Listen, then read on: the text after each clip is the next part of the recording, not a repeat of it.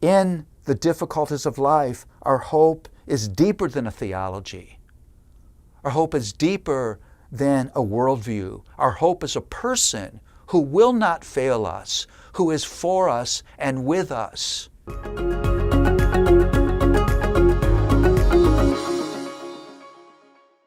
I don't know about you, but often my life seems incredibly messy. It seems like there's unexpected difficulty all the time. There are difficult choices and oppositions and quandaries that are just part of life. Well, welcome to life in a fallen world. We live in a world that's groaning, waiting for redemption.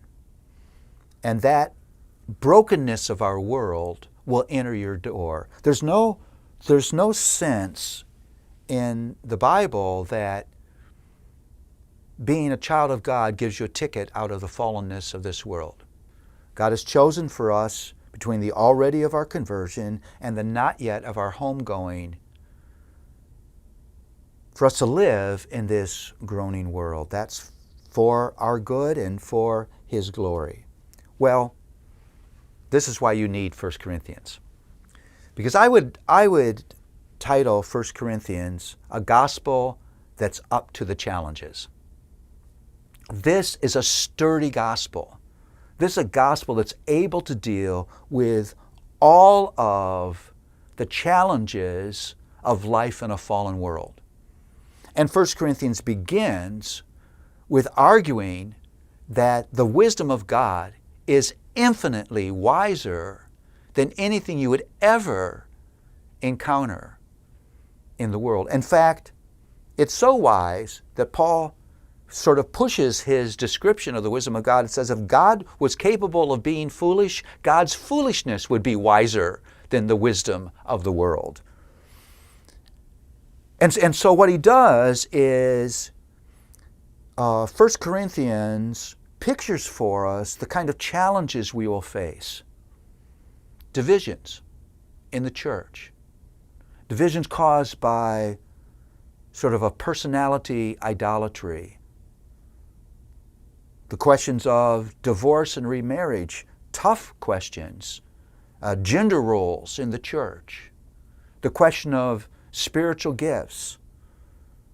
The questions of sexual immorality and sexual immorality in the church, and how do we handle our sexuality, church discipline, lawsuits between believers, food offered to idols, and what's the nature of my liberty as a Christian, and how much should I restrict my liberty out of love for somebody else? Those are just some of the knotty issues that are looked at 1 Corinthians. And Paul has demonstrated the gospel is able to bring answers to every one of those difficulties. It is, like Luke wrote, a great, big, wide gospel that reaches to every area of our lives.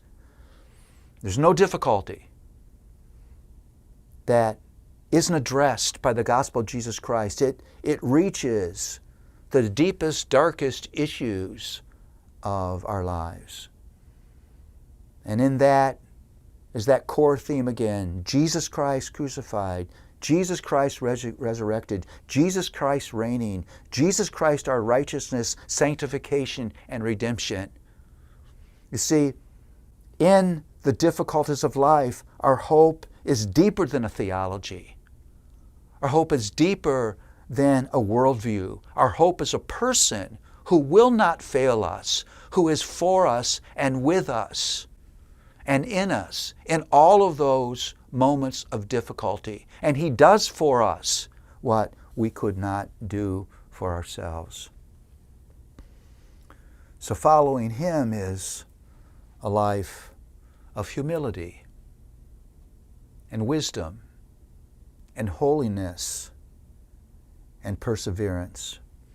It's characterized by these words way at the end of this letter in 1 Corinthians 15:58. So be steadfast, unmovable, always abounding in the work of the Lord, knowing that in the Lord your labor is never in vain. Don't let the obstacle stop you. Don't let opposition make you quit.